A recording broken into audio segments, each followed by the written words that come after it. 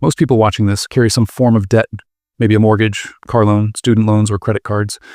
But here's what the financial system doesn't advertise. The debt isn't just circumstance or poor planning. The debt is baked into the structure. And 3 men, across 2 centuries, built mechanisms that made it this way. They created systems where ordinary people borrow continuously, where interest compounds relentlessly, where escape becomes statistically unlikely for most, and where the wealth generated from those payments flows upward to institutions that profit from every transaction. This isn't speculation. This is documented economic history. The legislation is public record. The business models are transparent. The mechanisms show up in your monthly statements right now, and once you understand how these systems were built, you'll see why carrying debt isn't necessarily something you did wrong. It's often the predictable outcome of how consumer finance was designed to function. Let me show you 3 architects, 3 structural innovations that transform personal debt into a self-perpetuating cycle, and why tens of millions of people find themselves caught in patterns that are difficult to escape. Before the 1920s, most Americans didn't borrow money for everyday purchases. The cultural norm was simple. You saved until you could afford something, then you bought it. Debt existed, primarily for homes, but it required substantial down payments, often 50% or more, and loans were structured for rapid repayment, typically within 10 years. Consumer credit for furniture, clothing, or appliances was virtually non-existent. If you wanted something, you saved for it. The prevailing wisdom was straightforward. If you can't afford it now, you wait. Then Edward Filene introduced a different model. Filene was a Boston department store owner, born into wealth, Harvard-educated, and focused on solving a business problem. How do you increase sales when your customers can't afford your products up front? His stores had inventory, but working-class customers earned wages that barely covered immediate necessities. Filene identified the constraint. It wasn't desire, it was cash flow. People wanted goods, but they didn't have enough money at the point of sale. So around 1919, Filene began advocating for what seemed radical at the time. What if customers could buy immediately and pay gradually? What if merchants extended credit directly, allowing people to take products home and pay in installments over weeks or months? This arrangement wasn't unprecedented for wealthy customers. Affluent people maintained informal credit relationships with merchants based on reputation and relationships. But Filene wanted to systematize it, make it available broadly, scale it across economic classes. He helped establish the Credit Union National Association in 1921 to provide small loans to workers. But his larger vision went beyond credit unions. Filene wanted credit embedded into commerce itself. He wanted borrowing to become normalized, expected, the standard way transactions occurred. Filene lobbied extensively for legislative changes to make consumer lending legally viable and profitable. At that time, many states maintained usury laws that capped interest rates at levels too low for lenders to profit on small consumer loans. Filene and others argued these laws prevented workers from accessing credit they needed. They pushed for higher interest rate caps, regulations permitting installment lending, and legal frameworks protecting creditors. By the mid-1920s, most states had revised their lending laws. Consumer credit became legal, profitable, and began expanding rapidly. But here's the structural mechanism that matters most. Filene's system wasn't primarily designed to help people afford necessities they couldn't otherwise obtain. It was designed to convert future wages into present consumption. When you purchase something on credit, you're not actually borrowing money from the retailer. You're monetizing your own future income. The store receives payment immediately from the lender. You receive the product immediately. The lender acquires a legal claim on your future paychecks plus interest.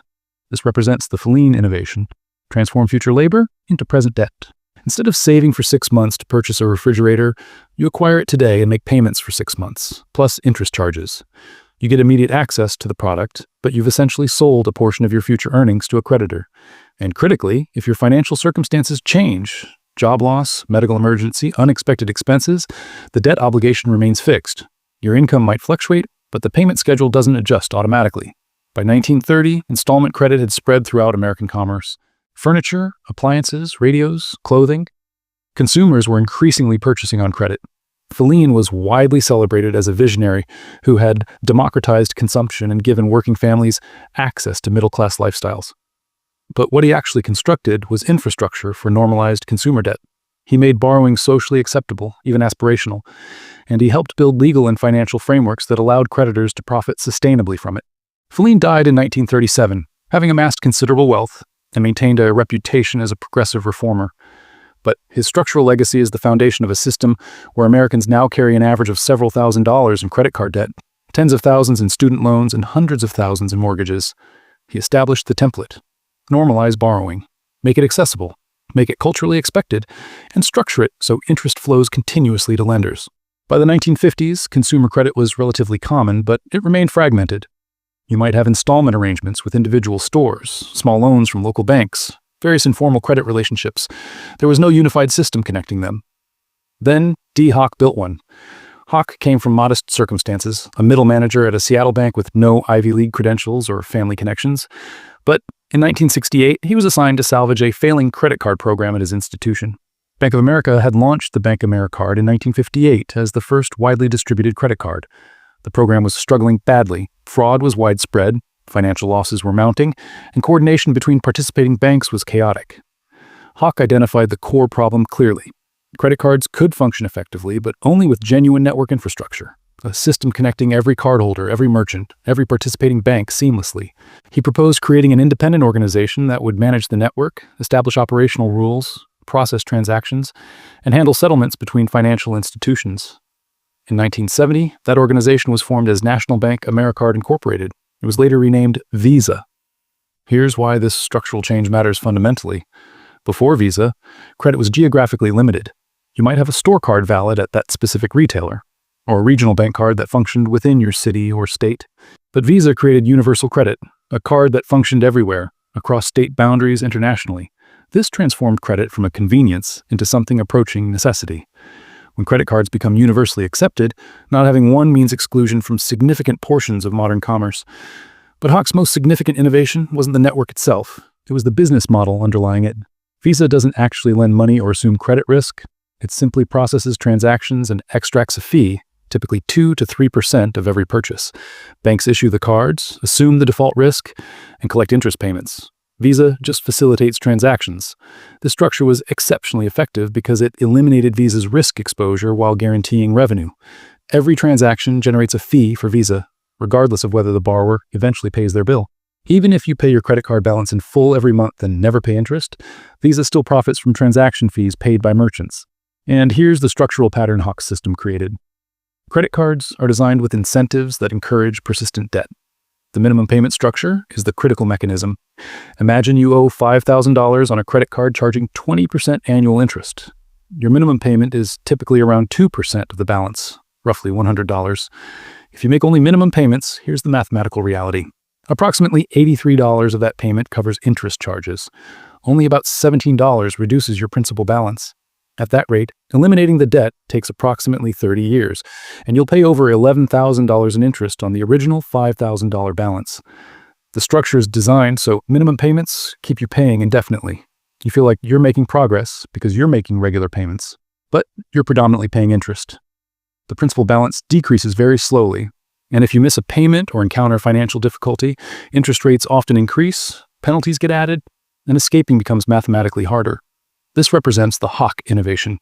Make borrowing completely frictionless, make spending feel psychologically painless, and structure repayment so it's statistically likely to trap users in long-term debt. By 1980, Visa had achieved global reach. Hundreds of millions of cards, trillions in transaction volume. And D. Hock was celebrated as a management visionary, a pioneer of decentralized organizational structures. But what he actually built was infrastructure that allows credit card companies to extract roughly $120 billion annually in interest from American consumers. He made debt psychologically invisible. You don't feel like you're borrowing when you swipe a card. It registers as just a transaction. But every swipe represents a loan, and every loan accrues interest unless paid immediately. Hock retired in 1984, financially comfortable and professionally respected, having built one of the most profitable transaction systems in financial history.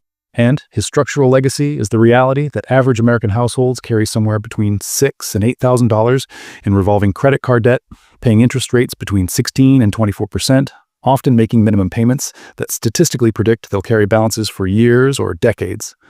By the 1990s, the consumer debt infrastructure was mature. Credit cards were ubiquitous, mortgages were standard, auto loans were normalized, but one significant area of American life remained relatively debt-free for most people. Higher education. State universities maintained affordable tuition. Costs were manageable. Most students could work part-time jobs and graduate with minimal or no debt. Then, student lending was industrialized at scale. Sallie Mae started as a government-sponsored enterprise in 1972, created to purchase student loans from banks and provide market liquidity. Initially, it functioned as a public service mechanism, theoretically making education more financially accessible. But in 1997, Sallie Mae was privatized. It became a for-profit corporation, and the executive who led it, Albert Lord, transformed it into a highly profitable lending operation. Lord became CEO in 1997, and his strategy centered on volume. Maximize loan origination, maximize loan balances, maximize interest revenue. He lobbied Congress aggressively to make student loans easier to obtain, larger in amount, and more difficult to discharge. And Congress largely complied. In 1998, student loans were made non-dischargeable in bankruptcy proceedings. You can potentially discharge credit card debt, medical debt, even certain tax obligations through bankruptcy. But not student loans. They persist regardless of financial circumstances, even into retirement. Social Security benefits can be garnished to repay student loans. This wasn't accidental evolution. Sallie Mae and other student loan companies actively lobbied for this legislative change. They argued students would strategically abuse bankruptcy to discharge loans after graduation. Evidence supporting this claim was limited, but the legislation passed regardless. Then, in 2005, bankruptcy laws were tightened further, making it nearly impossible to discharge any educational debt, including private student loans that carried no government guarantee. Simultaneously, Lord pushed for increased loan limits. The stated rationale was that college costs were rising, so students required larger loans to cover expenses. But here's what actually happened structurally. When loan limits increased, universities raised tuition to capture the additional available loan money. Students borrowed more, tuition increased correspondingly. It created a feedback loop. Increased borrowing capacity enabled higher tuition, which necessitated even more borrowing.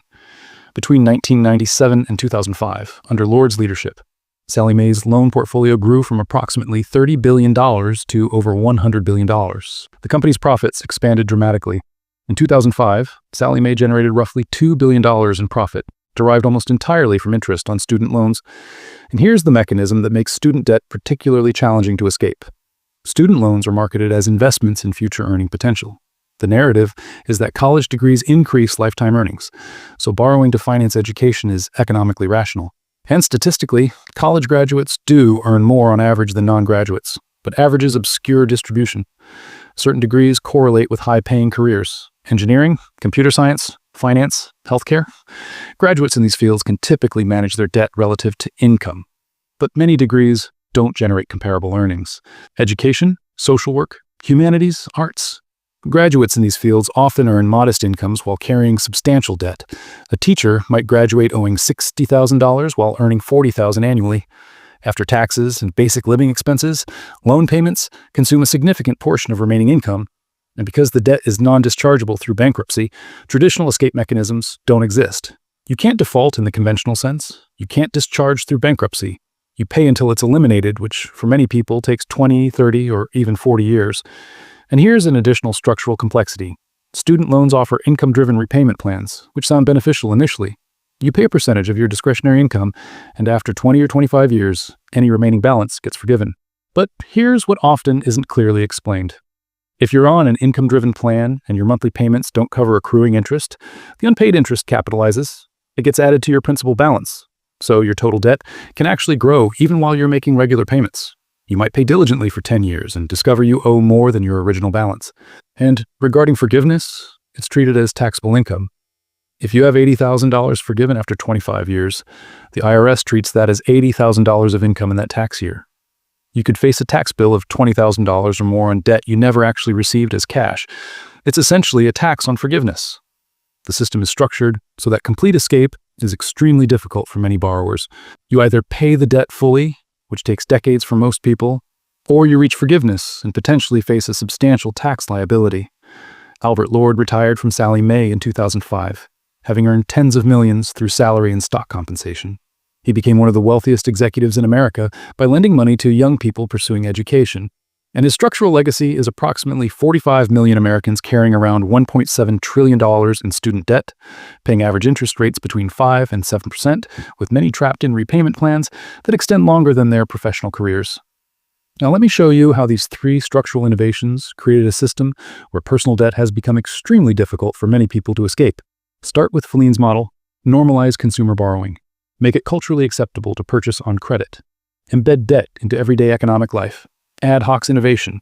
Make borrowing completely frictionless. Remove psychological barriers. Make spending feel painless. And structure repayment, so minimum payments trap many users in long-term interest payments. Add Lord's mechanism. Make certain debts non-dischargeable through bankruptcy. Remove traditional escape mechanisms. and create repayment structures where balances can grow even during active repayment. The result is the current situation. The average American household carries approximately $145,000 in total debt across mortgages, student loans, auto loans, and credit cards. Meanwhile, median household income is roughly $75,000, so the typical household owes nearly twice its annual income. And most of that debt carries interest charges. Mortgages at 6 to 7%, student loans at 5 to 8%, credit cards at 16 to 24%, auto loans at 5 to 10%. Interest payments alone consume a substantial portion of household income. Here's the approximate math. If you owe $145,000 at an average interest rate around 7%, you're paying roughly $10,000 annually just in interest. That's $10,000 that doesn't reduce your debt. It purely services the obligation. If your household income is $75,000 and you're paying $10,000 in interest, that represents about 13% of income flowing to creditors before considering principal payments. Now add principal payments across mortgage, student loans, car payment, and credit card minimums. Many households pay $25,000 to $30,000 annually total toward debt obligations. That's potentially 40% of gross income. Before income taxes, before living expenses, a significant portion goes to debt service. Here's why escape becomes statistically difficult for many people. To pay off debt faster, you need to pay more than required minimums. But if 40% of income already goes to debt service, finding additional payment capacity requires significant expense reduction elsewhere. And when emergencies occur, medical bills, car repairs, job loss, extra payments become impossible. People fall back to minimums. The debt persists. And here's the structural pattern. The economy has become substantially dependent on consumer debt. If borrowing stopped broadly, if people stopped using credit cards, stopped taking auto loans, stopped borrowing for purchases, consumer spending would contract sharply. And consumer spending represents roughly 70% of GDP. A broad contraction would trigger severe economic consequences. So the system contains incentives encouraging continued borrowing, marketing zero-interest promotional periods, cashback rewards programs. These are designed to maintain borrowing patterns. And the financial returns flow upward in the economic structure. Credit card companies generated approximately $120 billion in interest revenue in recent years. Mortgage lenders generated hundreds of billions. Student loan servicers generated tens of billions. Auto lenders generated billions. And who owns these institutions? Often the same large asset managers: BlackRock, Vanguard, State Street. They hold ownership stakes in banks, credit card companies, student loan servicers, and they benefit from the interest payments. It represents wealth transfer from borrowers to creditors, from labor to capital, continuous, structural, and relatively invisible because it's not labeled as taxation. It's called debt service. Now here's the final structural observation. These three architects didn't collaborate. They never met. They worked decades apart. But they each developed solutions to business problems in ways that benefited creditors systematically. And each innovation built on previous ones. Feline normalized consumer debt in the 1920s. Hawk made it frictionless in the 1970s. Lord made it harder to discharge in the 1990s. Together, they helped build a system where many individuals borrow continuously, pay interest for extended periods, and find escape statistically challenging. And here's the crucial reframing. Your debt isn't necessarily a personal moral failure. It's often the predictable outcome of structural incentives. The system contains strong incentives for debt accumulation. Credit is marketed aggressively. Borrowing is normalized culturally, and repayment is structured to extend over long periods. Understanding this doesn't eliminate the debt, but it shifts the framework. It's not about personal weakness, it's about recognizing structural patterns and making informed decisions within them. 3 architects, 2 centuries, 1 interconnected system, and millions of people navigate it daily. If this changed how you understand consumer debt, if you recognize that your credit card balance, student loans, or car payment aren't just individual choices, but outcomes of structural incentives, then you're beginning to see economic systems more clearly. Subscribe if you want to understand how financial structures were built and who benefits from them, because traditional financial education rarely explains structural incentives. They'll teach budgeting, debt management, credit score optimization. But these architects understood something different. Debt isn't just a problem individuals manage. For financial institutions, it's the foundation of substantial profitability. And interest represents continuous revenue flowing from borrowers to lenders within the system they helped design.